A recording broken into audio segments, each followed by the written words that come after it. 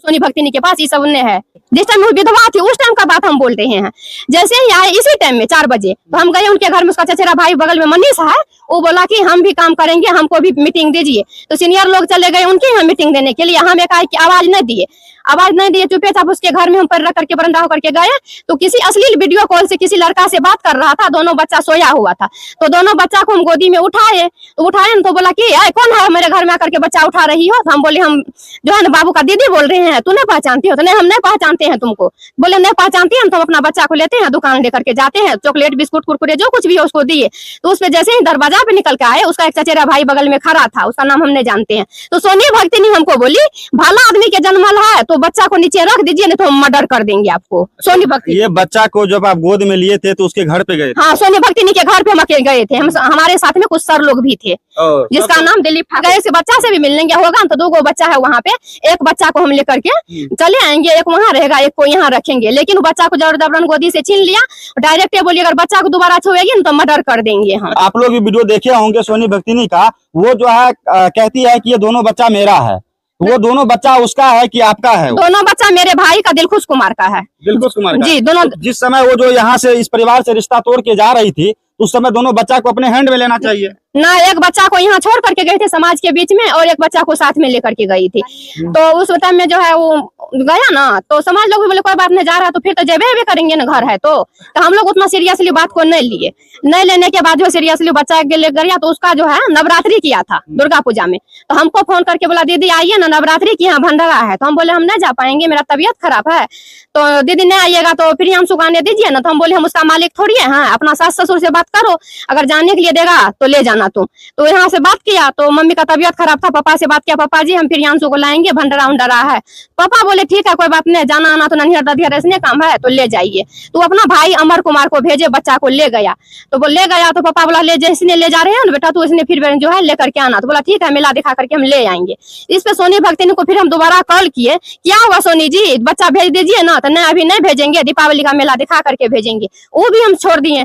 फिर मेला के बाद सोनी को हम फिर सोनी भक्तिनी को फोन किए, क्या हुआ अब तो भी बच्चा को भेजो। तो बोल रहा है कि गाली बक करके कौन दावी से आप बोल रहे हैं जो हम बच्चा को भेजेंगे, कौन आधार से बच्चा को भेजेंगे। उस पे मेरा मुंह बंद हो गया।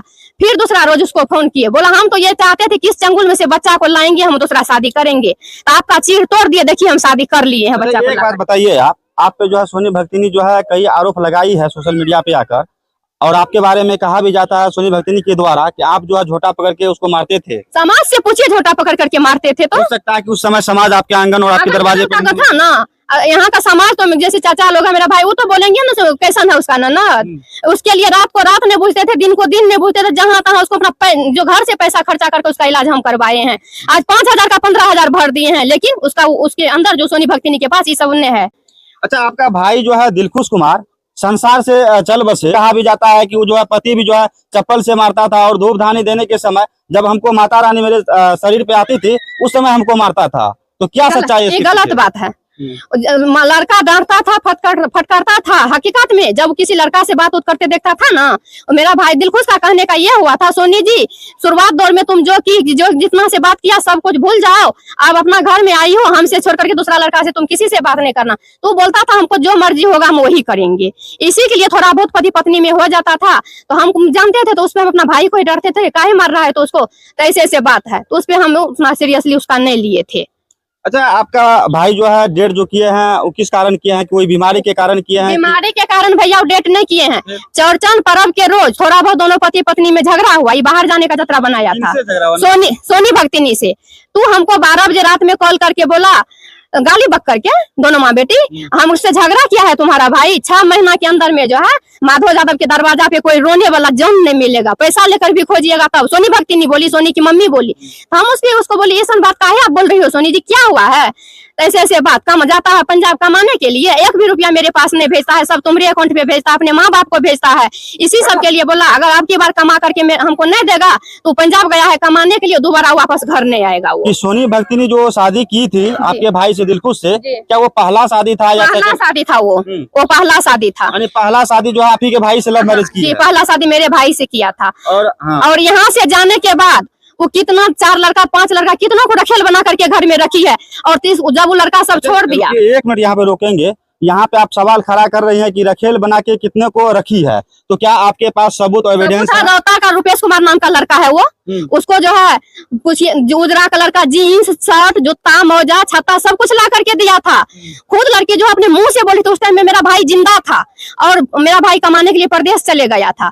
तो वहां से हमको कॉल आया, किसी के माध्यम से, नाम नहीं लेंगे हम, तो हम बोले हाँ गाँव में तो दियादी मेटर में किसी से न किसी से झगड़ा होता तो सबका जलन सबके पास होता है, तो इसलिए हम उतना सीरियसली नहीं लिए। जब मेरे भाई को वहाँ का लड़का सब फोन किया से मेहमान ऐसा ऐसा बात हो गया, तुम्हारा पति रुपेश कुमार से शादी कर लिया, 15-20 रोज से रुपेश कुमार तुम्हारे ससुराल में रह रहा है, तो मेरा भाई काम छोड़ करके आया, और आया जैसे ही तो सोनी भक्तिनी के घर गया, वहां से विदाई करके लाया। खुद लड़की यहाँ अपना मुंह से तबली मेरे पास, दीदी हमको जो है पूजा आ रहा था तो वीरनगर गए थे मौलाना के पास, वहां पे 10,000 रुपया दिए, 2 खस्सी चढ़ाए हैं, हमको कोई सामान उड़ दिया है लाल कपड़ा में बांध करके, बोला ये सामान आप अपने घर में रख दीजिएगा अगल बगल कहीं, आपको अच्छा पूजा आएगा, आप जो कुछ भी बताइएगा सब हकीकत होगा। अच्छा, आपका भाई जो दिलखुश कुमार थे और सोनी भक्तिनी, ये दोनों के बीच में जब से शादी हुआ तो कितने दिनों के बाद जो है शादी होने के बाद जो आपका भाई संसार से चल बसे? 2015 में शादी हुआ सरस्वती पूजा के रोज, और नवंबर में 19 नवंबर 2019 में मेरा भाई का एक्सपायर हो गया। तो ये जो है आपके परिवार में कितने दिन तक जो है आपकी भाभी बनी रही? वो सही से यहाँ पे 4 साल रहा यहाँ पे, मतलब सही से वो कभी भी यहाँ नहीं रहती थी।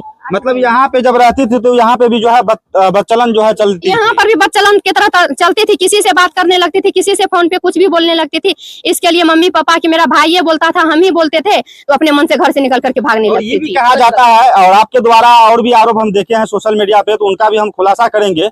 आपके द्वारा जो है आरोप ये भी लगा है कि सोनी भक्तिनी जो है जब आपका भाई दिलखुश कुमार जब संसार से चल बसे तो आपके भाई के नाम से जो है सिंदूर पहनने लगी। हाँ, सिंदूर भी पहन लिया था 13वीं के बाद, वो मेरा छोटा भाई को फंसाने के लिए अपने आप सिंदूर पहन लिया। तो सिंदूर पहनने के बाद जो 5 बजे शाम में हमको कॉल किया मेरा भाई, मेरी बेटी यहाँ पे रहती है, बोली मम्मी ऐसा ऐसा बात हो गया। तो हम बोले कोई बात नहीं है, उसका हस्बैंड मरा है, उसका दिमाग जो है सही नहीं है, तो माइंड जो सही नहीं है, जो करना है करने दो, बच्चा है। हम इसको जो पापा को भी बात बोल दीजिए, पापा आप गुस्सा मत कीजिएगा, अभी उसका हस्बैंड मरा है, सही से उसका मानसिक तनाव अच्छा नहीं है, जो कर रहा है करने दीजिए, बच्चा है। पापा उस पर कुछ नहीं बोले। रात में 3 बजे सुबह सोनी भक्तिनी का पापा आया, फोन पे उसको बोला तू किसी तरह घर से निकल, कोर्ट जाएंगे, थाना जाएंगे। हम ये बात को सुन लिए, फोन पे हैंड फ्री था।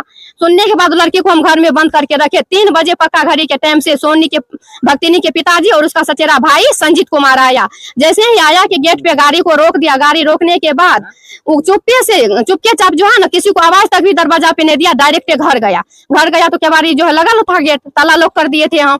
जैसे ही बरंदा पे गया तो हम बोले कौन, तो बोल रहा हम रमेश। बोले इतना रात को आप कहाँ आए हैं, 3 बजे, काहे घर में धक्का दे रहे हैं? तो सोनी को निकाल रहे हैं। बोले सोनी सोई हुई है, सोनी सुबह में घर से निकलेगी। तब जो है वो लोग जाकर संजीत और रमेश बाबू जो है दरवाजा पे बैठे। 5 बजे सुबह में गांव का पूरा समाज बैठे।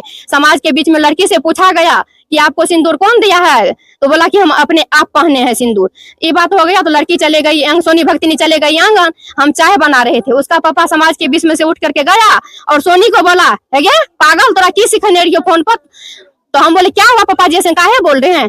तो कुछ नहीं बेटा, इसको हम समझा रहे हैं। तो फिर वो चुप हो गया। दोबारा फिर बोला क्या, हम तो बोले थे तुमको सोनी कि सौरभ का नाम लगाना, तो तुम काहे अपने आप बोल लीजिए हम खुद अपने से पहने हैं। तो इस पे जो हम थोड़ा बहुत उसको गाली भी दिए। तो कौन आप हमारे घर को बर्बाद करने में लगे हैं, काहे झूठ उसको सिखा रहे हैं? तो आप बोले सौरभ का नाम फंसाने। समाज यहाँ पे उसको पूछा कि अपने मुंह से कब लीजिए हम अपने आप पहने हैं, तो कैसे सौरभ का नाम फंसाएंगे, मेरा छोटा वाला भाई का। जो आरोप लगा रहे हैं, क्या आपके सामने में उनके पिता जो है बोल रहे थे अपनी बेटी मेरे को? सामने में बड़ा वाला घर जो है वो घर में बोल रहे थे, तो तुमको रात से हम क्या सिखाए, तू क्या कर दी? तुमको रात से जो फोन पे उतना बार हम सिखा रहे थे सौरभ का नाम फंसाने के लिए, आज तू जा करके जो है सभा में बोल दी कि हम अपने से पहने, अब मेरा मुंह कहीं दिखाने का लायक नहीं रहा। का पिता का नाम क्या है? रमेश यादव। रमेश यादव। देखिए, रमेश यादव वही वायरल भक्तिनी सोनी के पिता हैं, और वही जो है अपनी बेटी के ससुराल आते हैं और बेटी को सिखाते हैं कि देवर का नाम का सिंदूर पहनना चाहिए और देवर का नाम लगाना चाहिए। तुम जो है अपने आप जो है अपना नाम खुद क्यों लगा रही हो? कहीं न कहीं जो है अपने परिवार का, अपने रिश्ता का एक बार भी ख्याल नहीं किया। कम से कम एक बार भी ख्याल करना चाहिए कि जो पहले रिश्ता बना था वो रिश्ता को जो है उजाड़ने में कहीं न कहीं उसका पिता का भी हाथ है। और आगे की जानकारी आप लोगों को नेक्स्ट वीडियो में मिलेगा। आप देखते रहिए टाइम्स ऑफ अररिया।